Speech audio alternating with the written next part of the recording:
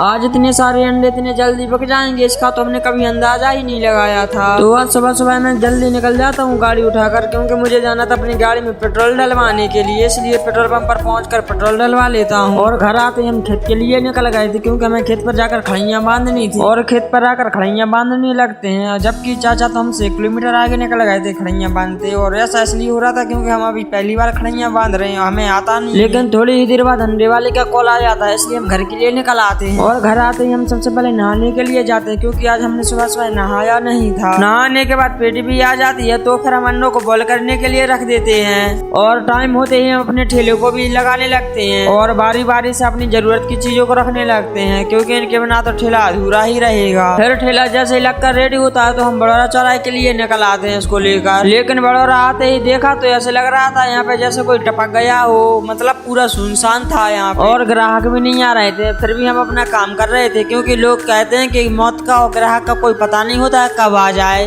फिर थोड़ी ही देर बाद हमारे पास 1 नहीं बल्कि 4 ग्राहक आए। अब शाम भी हो जाती है और हमारा दिमाग खराब हो रहा था, क्योंकि अभी तक हमारे अंडे ही नहीं बिके थे पूरे। फिर थोड़ी ही देर बाद इतने ग्राहक आए कि इनकी इच्छा की पूर्ति करते करते हमें शाम हो जाती और हमें पता भी नहीं चला। और सामने आकर देखा तो भैया हमारे पूरे अंडे खाली हो चुके थे। और ये रही आज की दुकानदारी। तो आप कमेंट में बताओ कि कितने पैसे होंगे।